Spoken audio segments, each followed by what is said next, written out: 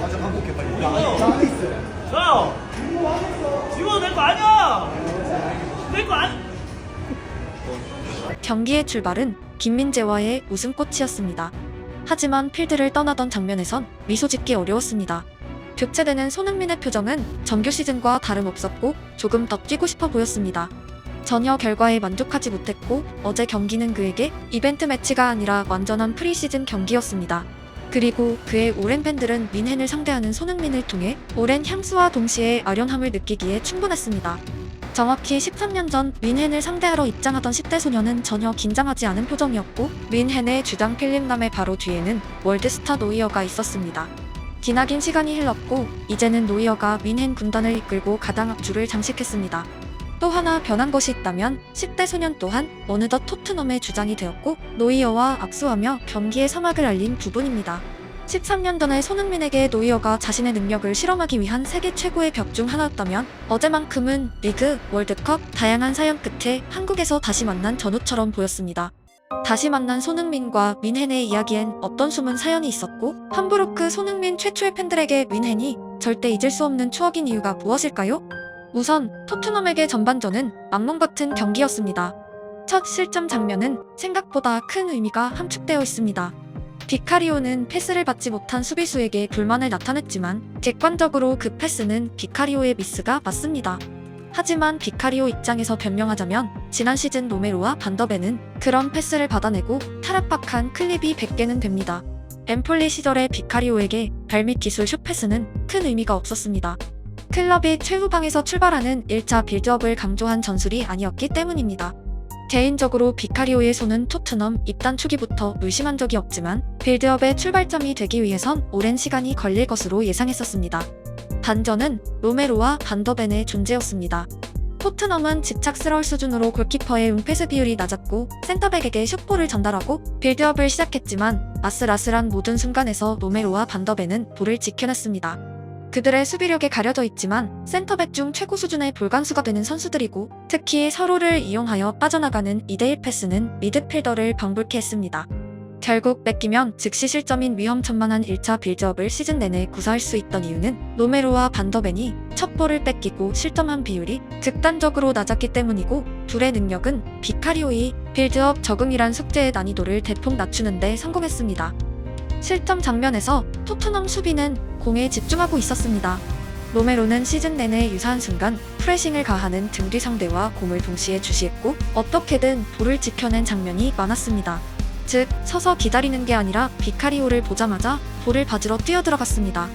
월드컵 우승팀의 주전 센터백은 그냥 되는 것이 아니고 비카리오 입장에선 로메로가 없는 상황, 박스에 민헨 4명의 프레싱을 걸던 장면에선 포스텍 감독이 싫어하는 롱볼을 해서라도 볼을 안전한 지역으로 보내야 했습니다. 문제는 단 한 번의 미스가 아니라 1차 빌드업이 봉쇄 당한다는 것은 토트넘 공격 줄기가 초장부터 막힌다는 것입니다. 전반 내내 비카리오의 볼을 전달받는 모든 수비수들이 전진하는 데 실패했습니다. 민헨은 전방 압박으로 손쉽게 볼을 탈취했고 반코트 게임을 펼쳐냈습니다.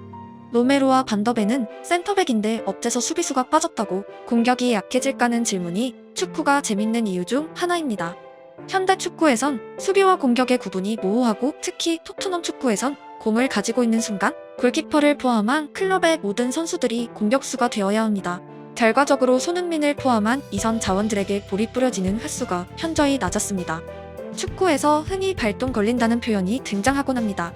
경기 내내 공격하며 가열하는 선수들과 달리 일방적인 경기 끝에 갑자기 공을 받는 공격수들은 무거운 경우가 많고 전반전 토트넘의 공격진이 그랬습니다. 지난 팀 K리그와의 경기와 비교해서도 공격 횟수가 적던 토트넘 공격진 대부분은 파이널 서드 진입에 애를 먹었습니다. 결과적으로 전반은 완벽히 콤파니 감독의 승리였습니다. 여기도 재미난 에피소드가 숨어 있습니다. 지난 시즌 벌리와 토트넘의 경기 영상을 제작하며 저는 벌리의 전술을 극찬했던 기억이 있습니다. 손흥민이 해트트릭을 터뜨리고 토트넘이 완전히 제압한 경기에서 상대를 칭찬한 것은 그들을 놀린 것이 아니라 적극적인 프레싱과 공격의 시도라는 측면에서 정말 좋은 축구였다고 생각했기 때문입니다. 그때 벌리의 감독은 콤파니였고 해당 영상에선 다음 시즌에 벌리가 기대된다는 말도 덧붙였으나 콤파니는 놀랍게도 벌리가 아니라 대폭 강화된 민헨 선수단을 이끌고 다시 포스테코글루 감독을 만났습니다. 벌리 때와 어제의 민헨 축구엔 상당한 유사성이 있었습니다. 콤파니 감독은 당시에 자신이 치열하게 분석하고 준비했을 전술로도 선수단의 차이로 완패하고 물러났지만 민헨의 감독이 되자마자 같은 방식으로 토트넘을 압도해내며 자신이 틀리지 않았다는 것을 1년 만에 증명해냈습니다. 이 또한 축구의 묘미입니다. 오늘은 안 되는 것이 내일은 될 수도 있고 압도적인 패배에도 감독의 전술은 사실 정답이었을지도 모릅니다. 벌리의 감독으로 느꼈을 무력감을 민헨의 감독이 되어 복수한 것은 인생은 세옹지마란 말을 떠올리게도 했습니다.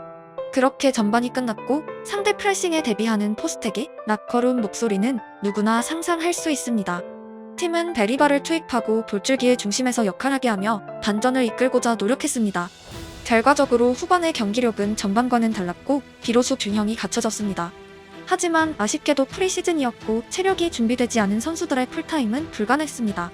특히 더운 날에 펼쳐진 경기에서 스태프에겐 승리보다 선수들의 몸 상태가 더 중요했고 대부분의 선수들을 교체하며 승부가 아니라 평가전임이 상기되었습니다. 대반격에 시작된 무렵에 교체되는 손흥민은 아쉬울 수밖에 없었습니다. 6만 한국 팬들 앞에서 열린 경기였고 그는 현역 내내 지고 있는 상태에서 교체에는 강한 불만을 드러내곤 했습니다. 미친 듯이 이기고 싶어하는 선수의 전투력은 벤치에 앉는 순간 해결할 방법이 없기 때문입니다. 결국 프로 선수들은 그 에너지를 다음 경기로 가져갈 줄 알아야 하고 손흥민은 현역 동안 교체당한 경기 이후에 폭발한 장면이 제법 있습니다. 어제의 손흥민이 과거와 대조된 이유는 그의 프리시즌 역사에서 민헨과의 경기는 평생 잊을 수 없는 기억이기 때문입니다. 2011년 7월 20일 새벽 시간이었지만 잠든 손흥민 팬은 한국에 한 명도 없었다고 말해도 과언이 아닙니다. 프리시즌에만 15골을 터뜨리며 한국인 축구 유망주 역사에 남을 만한 맹위를 떨쳐가던 소년 손흥민이 드디어 독일 챔피언을 만나는 날이었기 때문입니다. 심지어 상대팀 명단에는 노이어, 람, 슈바인슈타이거, 고메즈, 리베리, 윌러, 루벤 전부 다 포함된 황홀한 라인업이었습니다. 노이어 입장에선 상대 선수가 미래의 자신들을 월드컵에서 탈락시킬 거라곤 상상조차 할 수 없던 오래전의 경기입니다. 예전 같으면 한국 선수가 그런 세계적인 스타들과 함께 경기장에 나타나는 자체가 설레는 일이었는데 손흥민의 프리시즌 활약은 어쩌면 그들을 상대로 득점할지도 모르는 묘한 기대감이 형성된 경기이기도 했습니다. 어제 민헨의 어린 선수들에겐 죄송하지만 그날 민헨의 스타팅 라인업은 비교가 불가능한 황금 라인이었습니다. 자베리, 우로벤과 윙어 대결, 그걸로 끝입니다. 월드컵을 방불케 하는 긴장감 속의 경기는 시작되었고 선취골의 주인공은 노이어를 뚫어낸 함부르크의 손흥민이었습니다. 국뽕이란 단어가 생기기도 전이었지만 그 경기를 시청한 한국 팬들은 새벽의 괴성을 지를 수밖에 없었습니다. 로벤과 리베리의 대반격이 시작되었지만 점점 어두워지기 시작합니다. 어제의 경기와 유사점이 있다면 민헨의 파상 공격이었고 상대는 막아내기에 급급했습니다. 하지만 놀랍게도 두 번째 득점의 주인공은 다시 한번 함부르크의 손흥민이었습니다. 손흥민은 말 그대로 경기를 도미네이트했고 필드를 가득 메운 슈퍼스타들 사이에서 전혀 주눅들지 않았습니다. 그가 누군지도 몰랐을 민헨은 후반전에야 손흥민의 역습을 막기 위해선 파울로 끊어야 한다는 것을 인지한 모습이었습니다. 그리고 민헨의 심장, 슈바인슈타이거의 만회골이 터졌지만 그걸로 끝이었고 함부르크의 승리로 경기는 마무리되었습니다. 그 전까지 손흥민이 어쩌면 분데스리가 10득점은 가능한 선수가 될지도 모른다던 한국 팬들의 기대감은 세계적인 선수가 될 거란 유쾌한 상상으로 완전히 뒤바뀐 경기였습니다. 그동안 터트린 프리시즌 15골과는 비교가 불가능한 두 골이었고 발롱도르 싸움을 펼쳤던 리베리가 좌측 윙으로 출전했음에도 경기 최고의 선수가 됐기 때문입니다. 지금과 달리 당시 한국 축구 팬들에겐 한국 선수가 민헨에게 2득점 하는 것은 만화 같은 일이었고 꿈에서도 그리던 풍경이었습니다. 유망주를 사랑하는 팬들은 언제나 설레발을 조심하지만 그 날 이후로는 역부족이었습니다. 박지성이 팀플레이어라면 손흥민은 골게터가 될 거란 확신의 경기였습니다. 결국 그 경기를 시청한 팬들은 지금에 비하면 소수였겠지만 미래의 손흥민의 PL 득점왕 경기를 누구보다 뜨겁게 시청했을 사람들입니다. 그런 빛나는 미래를 꿈꾸게 만든 전초전이 분명 민헨과의 프리시즌이었기 때문입니다.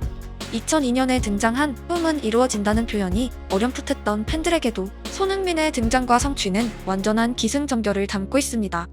그리고 대망의 2024년 민헨은 처음으로 한국을 방문했고 상대팀엔 손흥민이 있었습니다.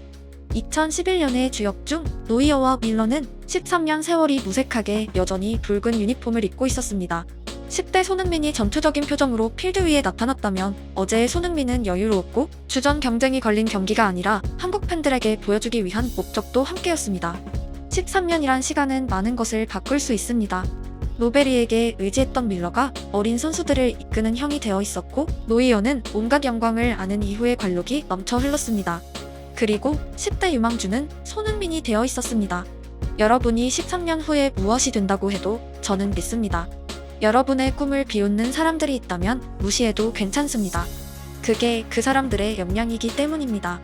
꿈에 도달하지 못해도 꿈꾸는 여러분이 비웃는 그들보다 멋있습니다. 축구를 통해 우리 모두가 13년 후의 오늘을 기대하고 꿈꾸며 살아가길 기원합니다. 여러분의 여정과 성취 하나를 제가 영상으로 다 만들 수는 없겠지만 멀리서나마 응원하겠습니다.